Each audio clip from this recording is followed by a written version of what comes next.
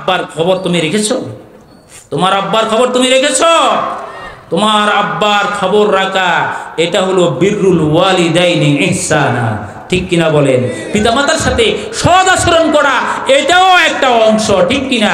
খেদমত করা পিতামাতার সাথে সৎ আচরণ করার অংশ, ঠিক কিনা? এই জন্য আমার প্রিয় মুসলমান ভাইরা, বক্তা আসছে, পিতামাতার সাথে এটিও সৎ আচরণ করার একটি অংশ। হুদাবিয়ার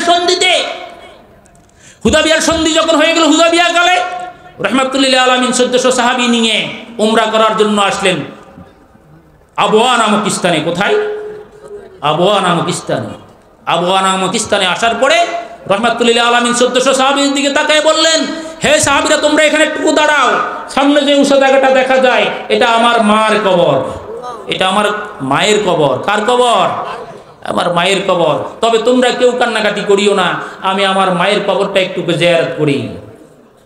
সাহাবীরা দাঁড়িয়ে আছেন পিছনে, আল্লাহর হাবিব সামনে গেলেন, কবরের পাশে গিয়ে কবরকে আন্দাজ করে ধরেছে। সুবহানাল্লাহ। বাবাকে কবর দিয়ে এসেছে, কোনো খবর নাই, ঠিক কিনা বলেন? রাহমাতুল্লিল আলামিন মায়ের কবরকে আন্দাজ করে ধরে চিৎকার দিয়ে কই, মেরে মা,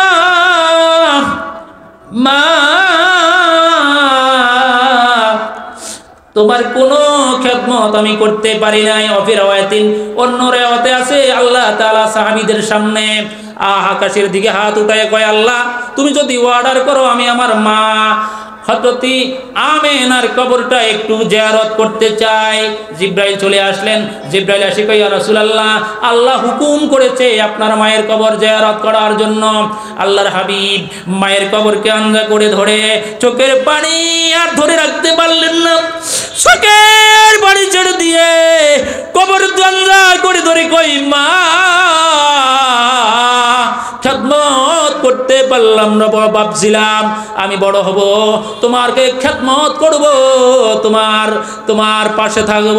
এমাম, তুমি ইন্তিকাল করেছো, মাগো আমি তোমার সেই মুহাম্মদ তোমার কবর পাশে চলে আসছি। আল্লাহর হাবিব এতিমের মতো এত জোরে কান্না শুরু করেছেন, একটা না 1400 সাহাবী কান্না শুরু করেছে। আল্লাহর হাবিব পিছনের দিকে তাকালেন, তাকায়া দেখে 1400 সাহাবী একসাথে কান্দে। আল্লাহর হাবিব ডাক দেয়, কয়, কিও সাহাবীরা, তোমরা কেন কান্দো? সাহাবীরা ডাক দিয়ে কয়, নবী গো, আপনি চোখের পানি দেখে আমরা আর বরদাস্ত করতে পারি নাই, আমরাও চোখের পানি ছেড়ে দিয়েছি। রাহমাতুল্লিল আলামিন ঘোষণা করেছেন, কেউ যদি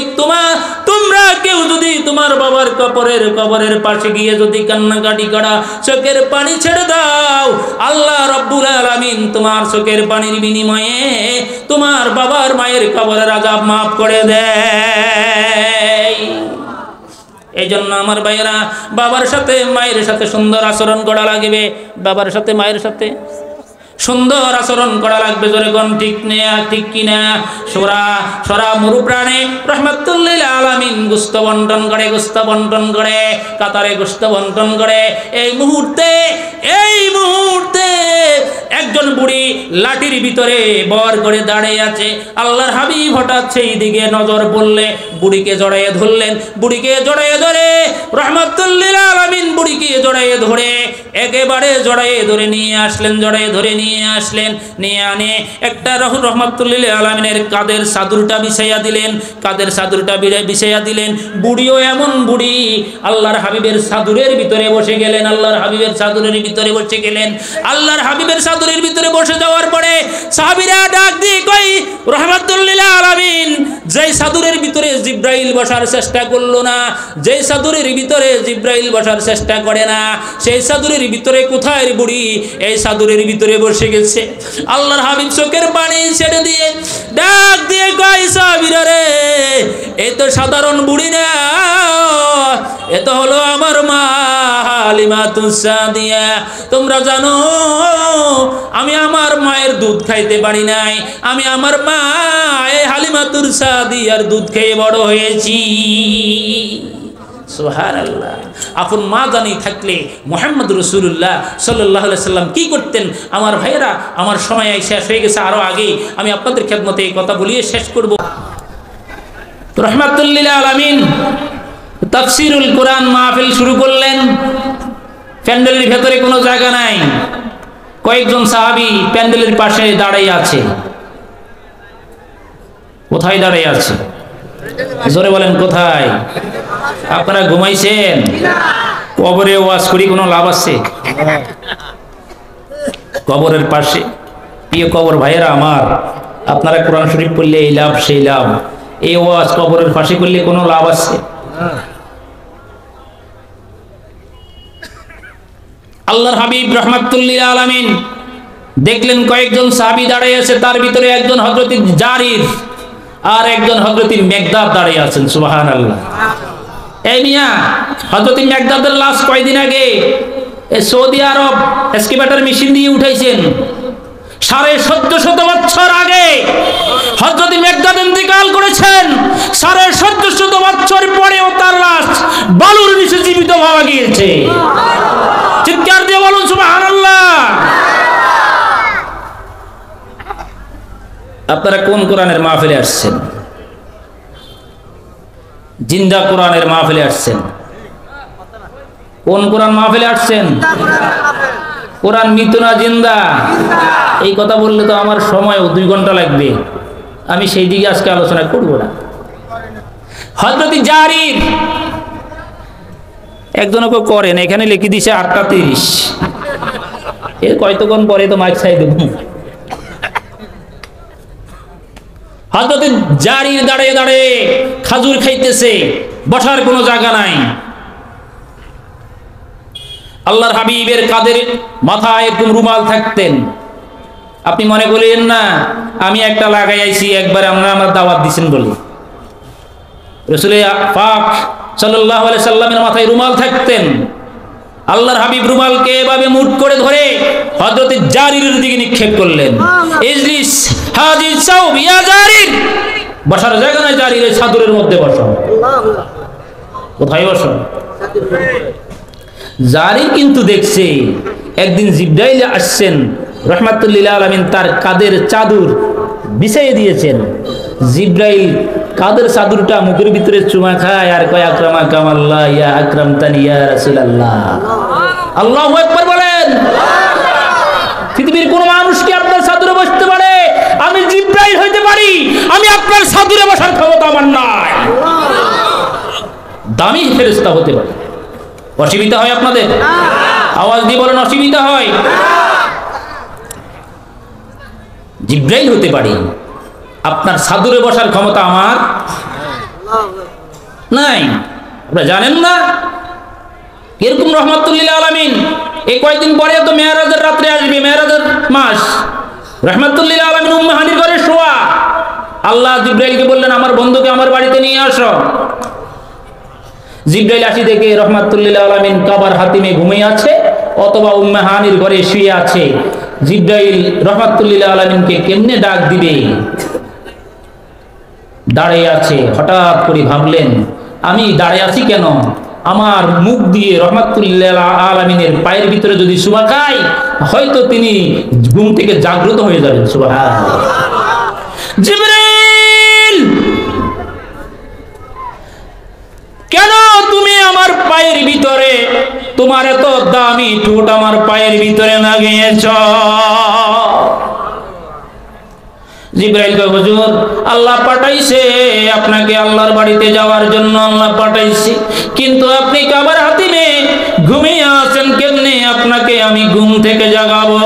এই জন্য আমার দামি ঠোঁট আপনার কদমে আমি লাগাই দিয়েছি ঘুম থেকে উঠার জন্য। যত তাড়াতাড়ি আপনাকে ঘুম থেকে জাগ্রত করা যায় তত তাড়াতাড়ি আমি আপনাকে নিয়ে আল্লাহর বাড়ির দিকে রওনা দিব।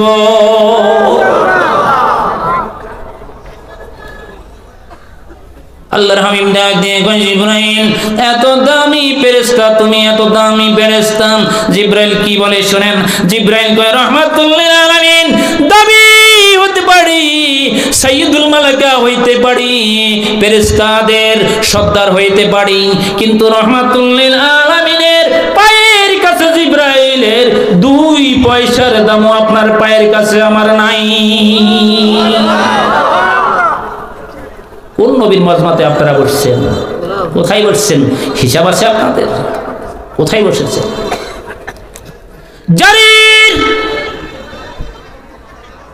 জারিরের দিকে আল্লাহর হাবিব সাদুর নিক্ষেপ করলে হযরত জারির সাদুরটা দড়ে দড়ে চুমা খায় আর আকাশের দিকে চিৎকার করে কয় আকরামাকাল্লাহ কামা আকরামতানি ইয়া রাসূলুল্লাহ, হে আল্লাহর রাসূল, আমার দিকে সাদুর নিক্ষেপ করে আমাকে আপনি যেভাবে সম্মানিত করেছেন, কামা আকরামতানি ইয়া রাসূলুল্লাহ, ও আল্লাহর হাবিব, আল্লাহ তাআলা যেন আপনাকে এর চাইতে বেশি সম্মানিত করে। আপনার সাদুরে কি পৃথিবীর কেউ বসতে পারে? নবীজি গো, পৃথিবীর কেউ কি আপনার সাদুরে বসতে পারে? হযরত জারির চাদরটা বুকের সাথে জড়ায়ে ধরে ডাক দেয়, ইয়া রাসূলুল্লাহ, ইয়া হাবিবাল্লাহ, ইসলামের বিপ্লব আসছে, জিহাদের ঘোষণা আসছে। নবীজি আর এক সেকেন্ড দেরি নয়, আমাদেরকে অর্ডার করেন, যতক্ষণ পর্যন্ত শোকের পাতা লড়বে ততক্ষণ পর্যন্ত আল্লাহর কোরআনের জন্য জীবন দিয়ে আসবো।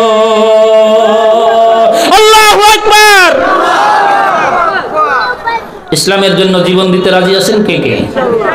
কে কে? আল্লাহু আকবার, আল্লাহু আকবার, নারায়ে তাকবীর, নারায়ে তাকবীর। ইসলামের জন্য জীবন দিবেন তো?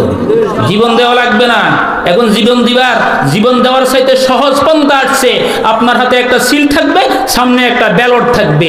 ইসলামের জন্য যারা জীবন দিবেন, সিল হাতে নিয়ে ব্যালটের ভিতরে সিল মারবেন। এটা রাজি আছেন কিনা? এ আল্লাহর কসম করি, হাত উত্তোলন করেন, কে কে রাজি আছেন? নারায়ে তাকবীর। রাজি আছেন তো? এই হাত কি আমাকে দেখাইছেন না আল্লাহ তাআলাকে দেখাইছেন? এই চিৎকার দিয়ে বলেন, কাকে দেখাইছেন? আল্লাহ আপনি সাক্ষী, জোরে কোন আমিন।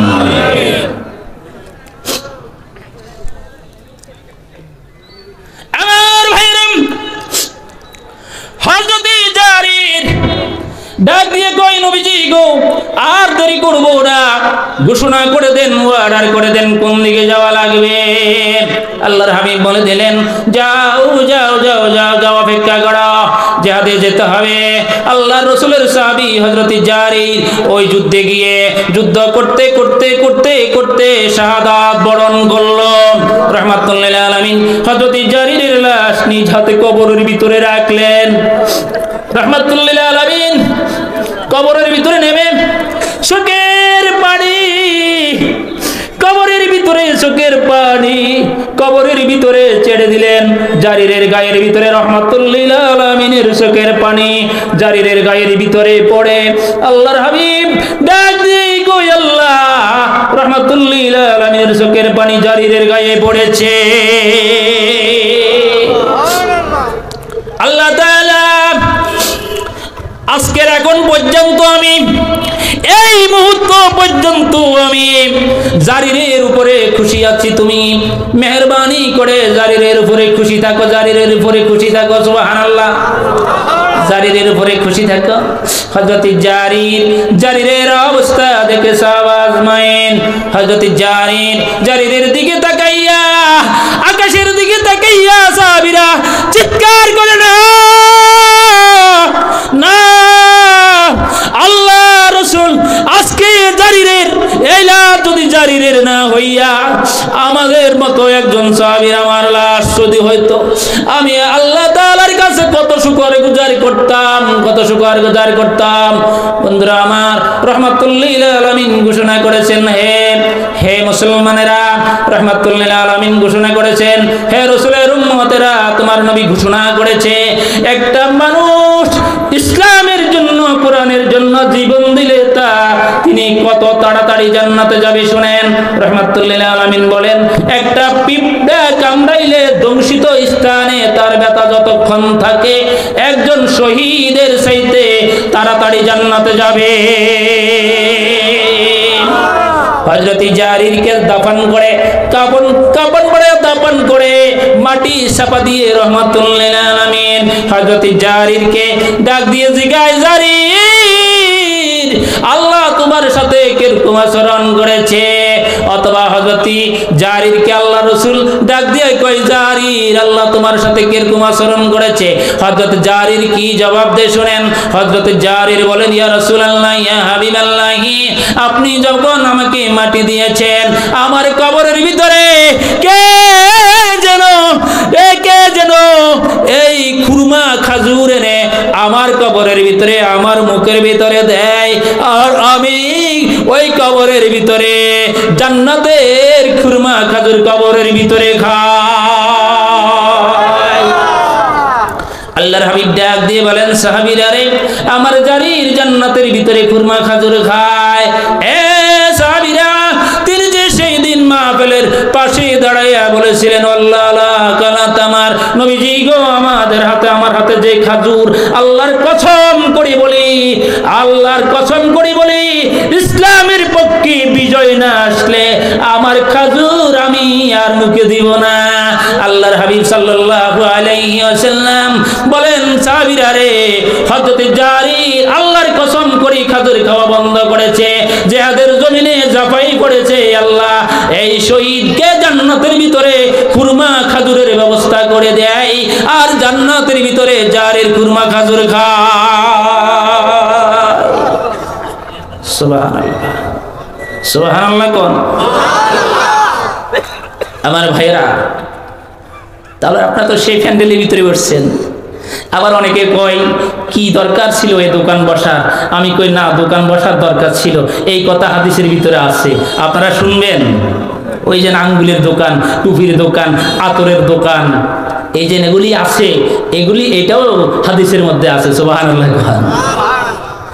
আমার ভাইরা, আল্লাহ তাআলা জান্নাতীদেরকে আমাদেরকে যখন জান্নাত দিয়ে দিবেন, আমরা জান্নাতের ভিতরে ঘোরাঘুরি করবে, হঠাৎ করে জান্নাতের ভিতরে আমরা সবাই বলবো, আমরা কত জীবনে কত আজাদনগর বাজার গিয়েছিলাম, সৈয়দনগর বাজার গিয়েছিলাম, আলেকজান্ডার গিয়েছিলাম, সদরিরহাট, চেউয়াখালী বাজার, সোনাপুর মাইজদি, আমরা কতই গিয়েছিলাম, ঠিক কিনা বলেন? এ আল্লাহ, জান্নাতের ভিতরে কোনো বাজার নাই, ঘাট নাই, কিচ্ছু নাই, আমরা কি করব? আল্লাহ তাআলা হঠাৎ করে ফেরেশতা ডাক দিয়ে বলবেন, জান্নাতীরা রে, ওই জান্নাতের বাইরে বাজার বসছে। সুবহানাল্লাহ।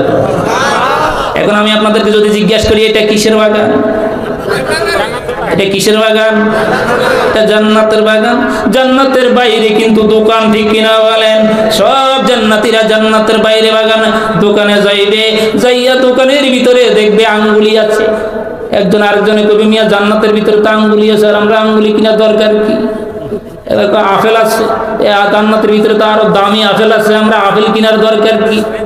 জান্নাতের ভিতরে তো টুপি, সুন্দর সুন্দর টুপি আছে, আমরা টুপি কিনার দরকার কি? জান্নাতের ভিতরে সুন্দর সুন্দর জিলাপির ব্যবস্থা আছে, আমরা জিলাপি কিনার দরকার কি? সবাই খালি হাতে আবার সবাই জান্নাতের দিকে চলে আসবে। সুবহানাল্লাহ। এবার জান্নাতের ভিতরে সবাই চলে আসবে। জান্নাতের ভিতরে এসে তারা হঠাৎ করে জান্নাতের ভিতরে একটা মিছিল দিবে, জান্নাতীরা একসাথে একটা মিছিল দিবে, চিৎকার করে একটা মিছিল দিবে, হুরে গেলমান যেতে দেনে মতে হায় তু, হুরে গেলমান যেতে দেনে মতে হায় তু, সবসে বেহতর নেমতে দিদারে তো जन्नत दो जब से आराम क्या करो, अरे जो है मैं तुझे देखा करो। জান্নাতের ভিতরে হুর আছে, গেলমান আছে, সব আছে। একজন ফেরেশতা ওই দাঁড়ায়া বলবে, তোমরা স্লোগান দিচ্ছ কেন?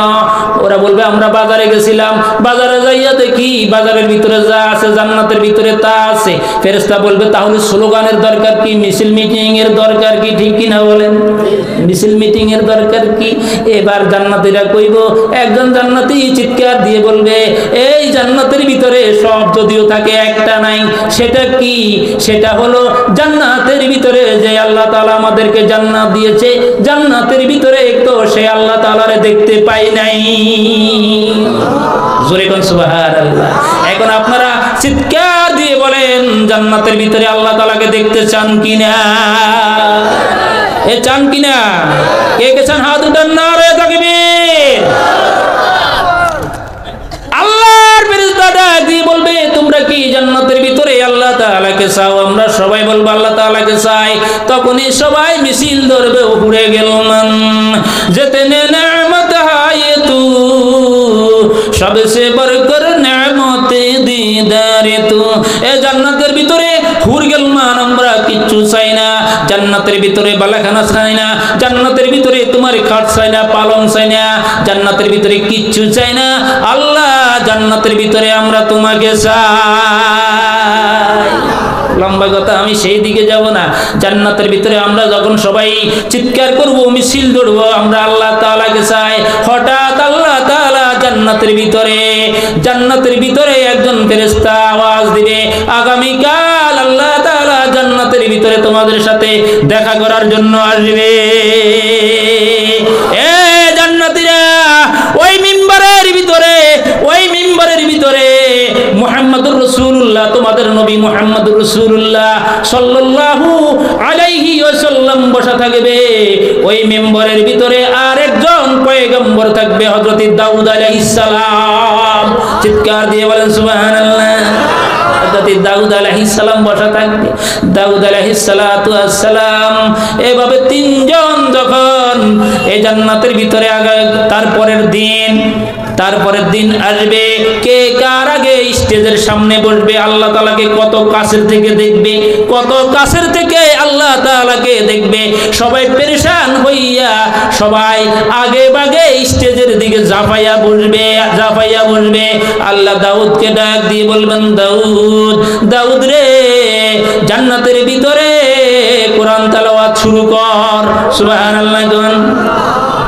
দাউদ আলাইহিস সালাতু ওয়াস সালাম জান্নাতের ভিতরে ইসলামী সঙ্গীত, জাতীয় সঙ্গীত, এই কোরআনের জাতীয় সঙ্গীত জান্নাতের ভিতরে টান দিবে। আর রহমান আল্লামাল কুরআন, আর রহমান আল্লামাল কুরআন, খলাকাল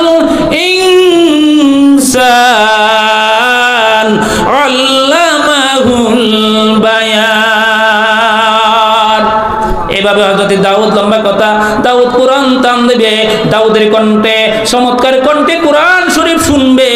1 আর 2 নয়, 70 বছর। সুবহানাল্লাহ। এবার দাউদ কোরআন স্টপ করবে, জান্নাতীরা এবার জিম হয়ে যাবে। 70 বছর জান্নাতীরা জিম থাকবে। এরপরে আল্লাহ ডাক দিয়ে করবে, দাউদ স্টপ হয়ে যাও। দাউদ রে, এই কোরআনের জন্য তুমি দাঁত ভাঙবো নাই। এই কোরআনের জন্য মাথার ভিতরে লোহার কড়াই তোমার মাথার ভিতরে ঢুকে নাই। এই কোরআনের জন্য তাইফের জমিনে তুমি মার খাও নাই। এই কোরআনের জন্য মার খেয়েছে আমার হাবিব। এই কোরআনের জন্য মার খেয়েছে আমার হাবিব রাহমাতুল লিল আলামিন। কোরআনের জন্য মার খেয়েছে। জোরে জোরে বলুন সুবহানাল্লাহ। এই কোরআনের জন্য মার খেয়েছে কে? জোরে কোন কে? আমাদের নবী। এখন কোরআনের জন্য যারা মার খায় তারা তো এই কাজটা নবীওয়ালা কাজ, ঠিক কিনা বলেন?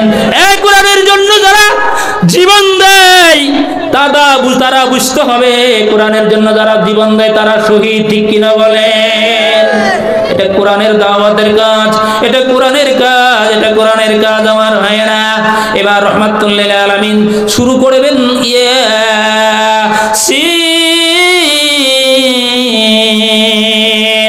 ওয়াল কুরআনিল হাকীম।